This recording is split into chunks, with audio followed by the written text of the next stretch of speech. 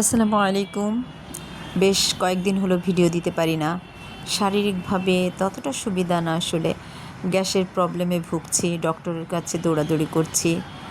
Doctor ওষুধ দিচ্ছে এবং বলছে যে সবসময় ওষুধ খাওয়া যাবে না, নিয়ম মেনে চলতে হবে, দুপুরে খাওয়ার পরে ঘুমানো যাবে না, হেলান দিয়ে বসা যাবে না।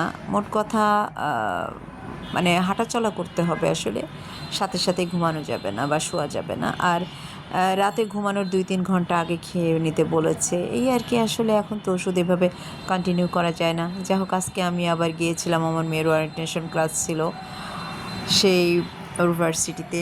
তো ওদের অডিটোরিয়ামে প্রোগ্রাম ছিল। আমি আসলে মাঝে মাঝে বললামই তো, আমি বাচ্চার সাথে যাই, আমার ভালো লাগে। তো আজকে যেহেতু ক্লাস ছিল, ওরিয়েন্টেশন ক্লাস, তো আমি গিয়েছিলাম। একটু আগে যাওয়া হয়েছিল, যার কারণে অডিটোরিয়াম প্রায় ফাঁকা ছিল। পরে লোকজন আসছে, তাদের সাথে কথা হলো, নতুন নতুন লোকজনের সাথে, ভালোই লাগলো। এই তো গেল আজকে আমার সারাদিন এভাবেই।